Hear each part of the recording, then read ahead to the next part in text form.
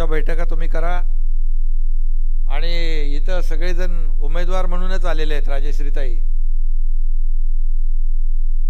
आम्ही सगळे उमेदवार म्हणून आहोत, त्यामुळे चिंता करू नका. तुमच्या बैठका चालू ठेवा.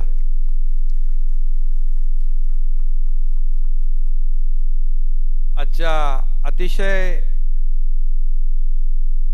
महत्त्वाच्या बैठकीला आणि वरती आपल्या सूत्रसंचालन ज्यांनी केलं त्यांनी म्हटलंय हे प्रभावशाली व्यक्तींची बैठक आहे. खरंच प्रभावशाली व्यक्तींची बैठक आहे. मी आपल्याला मनापासून धन्यवाद देतो, मनापासून आपलं स्वागत करतो. कारण आजच्या या बैठकीला मला भेटले सर्व लोक आणि यादी एवढी मोठी आहे की याच्यामध्ये समाजामध्ये जे विविध क्षेत्रामध्ये अतिशय नामांकित आहेत, समाजाला एक किंबहुना समाजावर प्रभाव टाकणारे लोक आहेत आणि समाजासाठी काम करणारे लोक आहेत. अशा प्रकारचे सगळे मंडळी आहे. डॉक्टर, वकील, CA, आणखी बरेच सगळं इथं किती लोक आहेत. IMA आहे, निमा आहे, वकील संघ आहे, पेट्रोल पंप आहे, चेंबर ऑफ कॉमर्स आहे, होमिओपॅथी आहे, काय किती सगळ्यांची नावं घेत नाही मी, माफ करा. खूप मोठ्या प्रमाणावर इथे आणि सगळे जे आहे रोटरी क्लबपासून ही सर्व संघटना, art of living, MIDC, rotary club, अभियंता ग्रुप, कॉन्ट्रॅक्टर असोसिएशन, आध्यात्मिक आघाडी, टिंबर मर्चंट, गुरुदेव सेवा, सगळे नाही घेतले तर चालेल ना? सगळ्यांची नावं नाही, मला वाटतं तुमचा आवाज कमी आलाय म्हणून सगळ्यांची घेऊन टाकतो. तर यामध्ये अभियंता ग्रुप आहे, लायन्स क्लब आहे, आध्यात्मिक आघाडी आहे, रोटरी क्लब आहे, IMA निमाचं मी मगाशी घेतलं, YDCDA आहे, MIDC आहे असोसिएशन, त्याचबरोबर यवतमाळ डिस्ट्रिक्ट इंजिनिअरिंग असोसिएशन आहे, कम्प्युटर असोसिएशन आहे, भाजप आध्यात्मिक आघाडी आहे, त्याचबरोबर केमिस्ट आघाडी आहे, योगा, नॅचरोपॅथी, इलेक्ट्रोपॅथी असोसिएशन आहे, APMC आहे, इरकॉन आहे, त्याचबरोबर इंडियन डेंटल आहे, व्यापारी आघाडी आहे, ट्रान्सपोर्ट असोसिएशन, बस असोसिएशन, अभियंता आघाडी, वीर सावरकर युवा मंच, यवतमाळ जिल्हा राजपूत संघटना, नोबल ग्रुप, सोशल वर्क, बरंच आणि इकडे पण आहेत, तर इकडचं राहू द्या. तर असे हे सगळे मान्यवर इथे उपस्थित आहेत आणि मंचावर देखील माझे सर्व सहकारी मंत्री आहेत, महायुतीचे सर्व खासदार, आमदार आणि सर्व पदाधिकारी इकडे आहेत.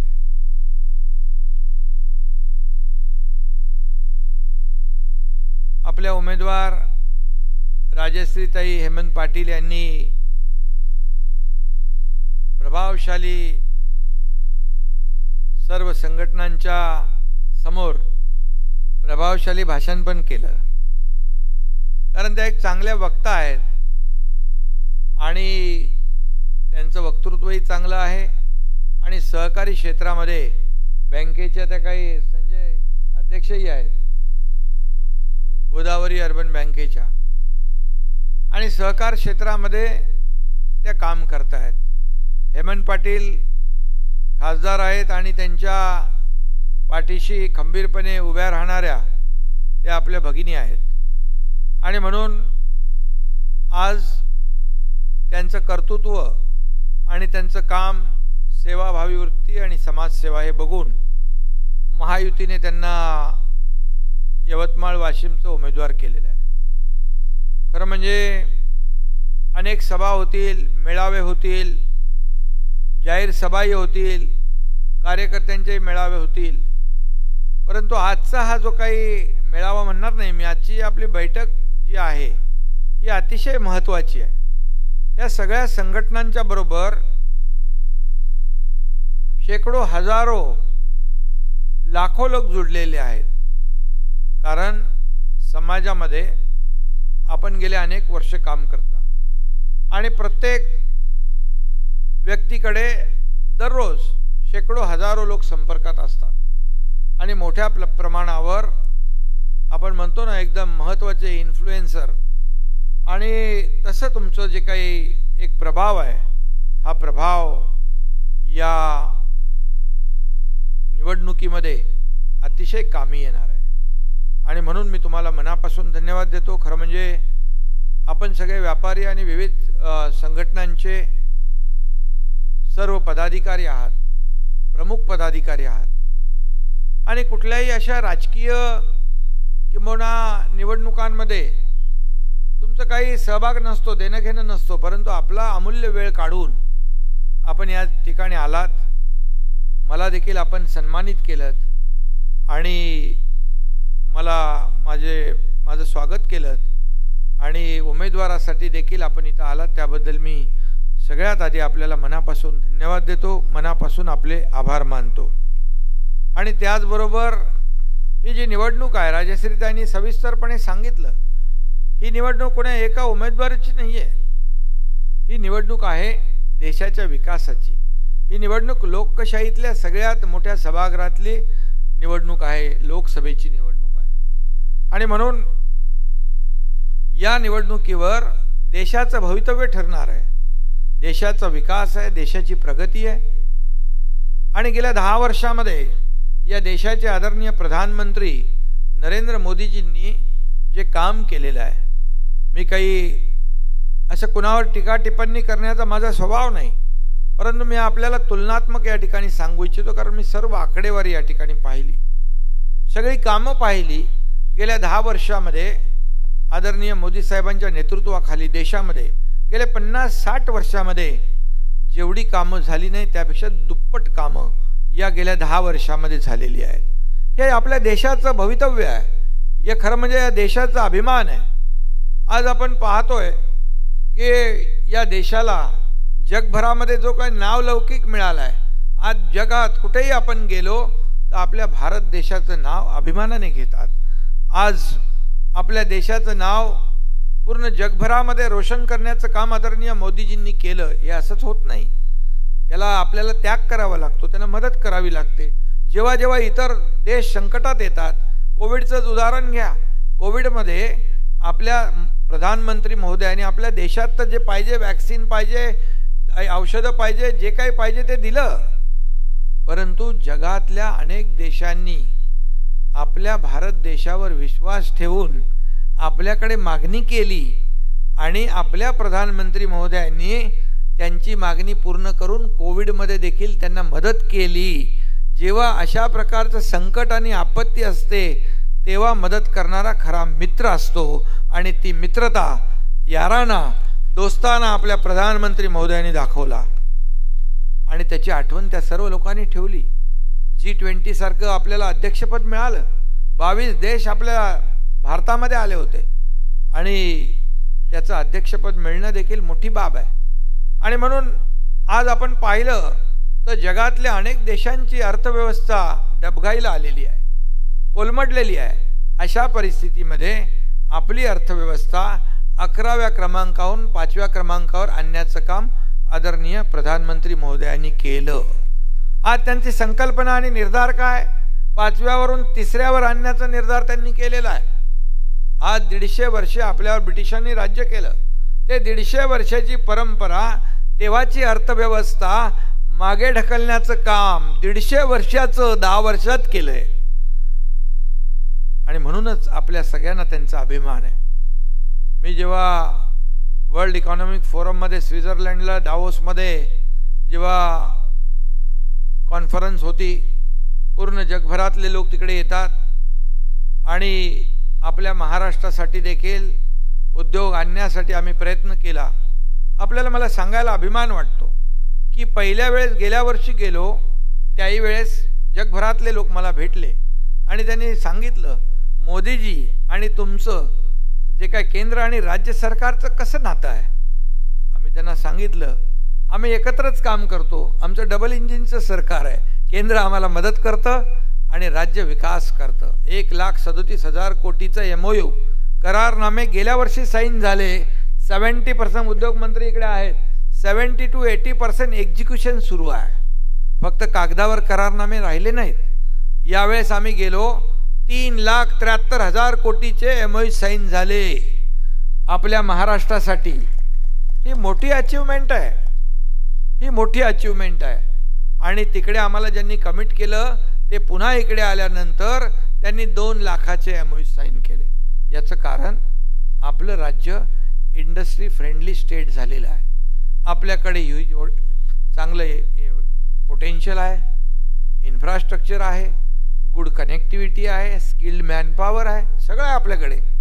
आणि हे सगळं जे उद्योजकांना आवश्यक असतं ते आपल्याकडे आहे. आपल्या परमिशन आता फटाफट मिळत आहे.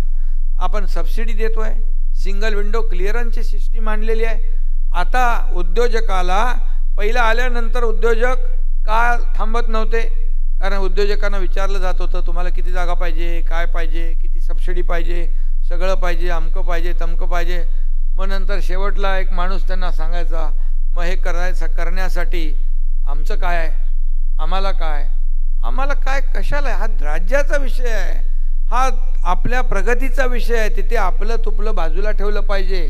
आज आम्ही जो उद्योजक येतो त्याला तुम्हाला काय पाहिजे ते आम्ही विचारतो आणि ते देण्याचा प्रयत्न करतो. त्यामुळे उद्योजक इकडे येत आहेत. उद्योजक आले तरच आपल्याला रोजगार मिळणार आहे. मोठे उद्योग आले तर तुमचे छोटे छोटे उद्योग त्यावर डिपेंड होऊ शकतात. आणखी एन्सिलरी जे काही उद्योग आहेत छोटे मोठे, सर्व्हिस इंडस्ट्री आणखी त्याच्यावर वाढू शकते. हे सगळं जे आहे एकामध्ये हे चक्र गुंतलेलं आहे. आणि म्हणून आपलं राज्य देखील आज सर्वांगीण विकास करतं. मला तुम्हाला सांगायला अभिमान वाटेल, परदेशी गुंतवणुकीमध्ये आपलं राज्य 1 नंबरला आहे. आता FDI मध्ये 1 नंबरला आहे. गेल्या 2.5 वर्षामध्ये मागच्या आपलं तिसऱ्या नंबरला गेलं होतं. पुन्हा आपलं सरकार आल्यानंतर आपण सरकार जे बनवलं 2 वर्षापूर्वी आपण 1 नंबरला गेलो. आपलं GDP मध्ये मोठं कॉन्ट्रिब्युशन आहे. आपण आज जे इन्फ्रा प्रोजेक्ट करतोय, आज समृद्धी महामार्ग पाहिला आपण, असं अटल सेतू मुंबईमध्ये आल्यानंतर पहा, कोस्टल हायवे पहा, असे अनेक ॲक्सेस कंट्रोल रोड आपण करतोय. आणि जवळपास आपल्या राज्यामध्ये 8 लाख कोटीचे इन्फ्रा प्रोजेक्ट सुरू आहेत. हे देशामध्ये नंबर 1चं राज्य आहे पायाभूत सुविधा प्रकल्पांमध्ये. हेही मी या ठिकाणी सांगतो. आणि म्हणून हे प्रगतीचं एक आपण द्वार ओपन करून दिलेलं आहे. आणि म्हणून एकाशी एक निगडीत हे सगळ्या गोष्टी आहेत. आणि म्हणून आपलं सरकार प्रो डेव्हलपमेंट आहे, प्रो पीपल आहे आणि पब्लिक सर्वसामान्य लोकांचं आहे. आणि मग प्रॅक्टिकल आहे. आपण आता आपला इगो वगैरे अहंकार आपण ठेवत नाही. अगोदरच्या सरकारमध्ये इगोमुळे अनेक प्रकल्प बंद पाडले होते. आज आम्ही ते प्रकल्प सुरू केले, आज चालना दिली. आज कोविडचं नाव मागच्या वेळेस सांगून अनेक सगळे सण उत्सव सगळे बंद होते. आम्ही सगळं ते काढून टाकलं. आज एक आनंदमय वातावरण या राज्यामध्ये आहे आणि तेच आवश्यक आहे. आणि म्हणून आज त्याच्यामध्ये शेतकरी, कष्टकरी, कामगार बांधव, भगिनी मगाशी ताईने सांगितलं, महिलांसाठी खूप योजना आहेत. व्यापारी आहेत, उद्योजक आहेत, ज्यांना वाटलं पाहिजे, सुरक्षित वाटलं पाहिजे की या राज्यामध्ये आम्ही आमचा व्यापार सुरक्षित करू शकतो, या राज्यामध्ये आम्ही आमचा व्यवसाय सुरक्षित करू शकतो. अशा प्रकारची भावना निर्माण आणि विश्वास निर्माण करण्याचं काम केलं पाहिजे. आणि म्हणूनच मी आपल्याला सांगतो, तुम्ही प्रत्येक जण तुमचं जो काही एक सेक्टर आहे हा मोठ्या प्रमाणावर लोकांवर प्रभाव टाकणार आहे. आणि म्हणून आपल्याला आदरणीय मोदीजींना पुन्हा प्रधानमंत्री बनवायचं आहे. देश महासत्तेकडे न्यायचं असेल. आता चांद्रयान आपलं उतरलं चंद्रावर. कुठे कधी कोणी बघितलं होतं हे सगळं? नाही त्या सगळ्या आपल्याला इथे गोष्टी पाहायला मिळाल्या. आज आपलं अयोध्येमध्ये राम मंदिर 500 वर्ष इंतजार करत होतो आपण. कोट्यावधी राम भक्तांचं स्वप्न होतं, आमच्या बाळासाहेबांचंही स्वप्न होतं की अयोध्येत राम मंदिर. कोणाला वाटलं होतं बांधा होईल, परंतु जे अशक्य ते शक्य करून दाखवण्याचं काम मोदी साहेबांनी केलं. आणि त्यामुळे अयोध्येत राम मंदिर झालं, 370 कलम हटलं. हे सगळं जे आहे. आणि यापुढे देखील मोदीजी सांगतात की बाबा आता आपल्याला आणखी काम करायचं आहे, आणखी या देशाला प्रगतीकडे न्यायचं आहे, या देशाला विकासाकडे न्यायचं आहे. एक विकासाची दूरदृष्टी असलेलं नेतृत्व आपल्याला प्रधानमंत्री म्हणून लाभलेला आहे. आणि त्यामुळे मी आपल्याला एवढंच सांगतो की आपण सगळे प्रत्येक चांगल्या महत्त्वाच्या क्षेत्रात काम करता. आपला व्यापारी व्यवसाय सगळे बिझनेसमन बिझनेस कम्युनिटी आहे, सगळे विविध क्षेत्रामध्ये मान्यवर डॉक्टर वकील अमुक तमुक सगळ्या.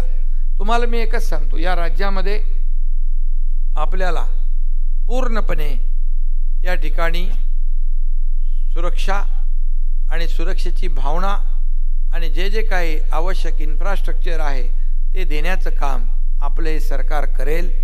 कारण इन्फ्रास्ट्रक्चर ज्या राज्यामध्ये आणि ज्या देशात असतं त्याचा विकास फास्ट होत असतो. आणि म्हणून कनेक्टिव्हिटी जी आहे, जिथं 12-12, 15-15, 20-20 तास लागतात, तिथे आम्ही ठरवलं आहे ॲक्सेस कंट्रोल ग्रीड तयार करायचं.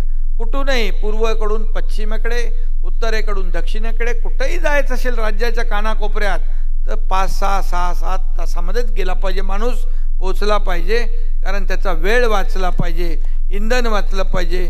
या सगळ्या गोष्टी आम्ही लक्षात घेतल्यात. आता समृद्धी महामार्गाचं ते एक उदाहरण आपल्याला सांगतो. हे 15-15, 16-16, 18-18 तासाचं अंतर आपण 6 ते 7 तासावर आणलं. आज नागपूरमधून एखादा शेतकरी घेऊन निघाला तो 3 दिवसांनी मुंबईत पोचायचा. आता तो सकाळी निघालेला माणूस संध्याकाळी पोचतो. हे एवढं फास्ट झालं आहे.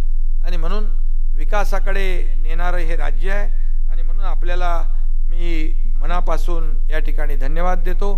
आणि आपल्या राजश्रीताई यांना आपण मदत करणारच आहे. ते आपल्या माहेरवाशीन आहे इकडे, ते आपल्या यवतमाळ वाशिमची लेक आहे आणि तिला आपण आशीर्वाद नक्की द्याल अशा प्रकारची अपेक्षा व्यक्त करतो. आणि हेही सांगतो, राजश्रीताईला मत म्हणजे थेट डायरेक्ट मोदी साहेबांना मत आहे, देशाच्या विकासाला मत आहे, देशाच्या प्रगतीला मत आहे. धनुष्यबाणाला मत म्हणजे मोदी साहेबांना मत आणि देशाच्या विकासाला मत. एवढंच आपल्याला विनंती करतो. बाकी तुम्ही सगळे सुज्ञ आहात. आणि म्हणून एक राज्याचा मुख्यमंत्री म्हणून मी आपल्याला आज इथे विनंती करायला आलो आहे. आणि नक्की आपण या विनंतीचा मान ठेवाल. आपले जेवढे संपर्क आहेत, जेवढं आपलं नेटवर्क आहे, हे नेटवर्क आपण येत्या एक 10-12 दिवस आहेत. आता 26 तारखेला मतदान आहे ना इकडचं, 26ला. आणि तोपर्यंत एक 10-12 दिवस आहेत. याच्यामध्ये आपण नक्की महायुतीच्या आमच्या उमेदवार राजश्रीताई पाटील यांना विजयी करायचा आहे. एवढीच विनंती आपल्याला करतो. पुन्हा एकदा आपण एवढ्या वेळात वेळ काढून आलात त्याबद्दल मनापासून धन्यवाद देतो. कधी काही लागलं, माझ्याला कधी काही सेवा असेल, सरकारकडून काही सहकार्य लागेल तर नक्की आपण हक्काने सांगा. हे आपलं सरकार आहे, हे तुमचं सरकार आहे, हक्काचं सरकार आहे. एवढंच मी सांगतो. धन्यवाद. जय हिंद, जय महाराष्ट्र. एबीपी माझा, उघडा डोळे बघा नीट.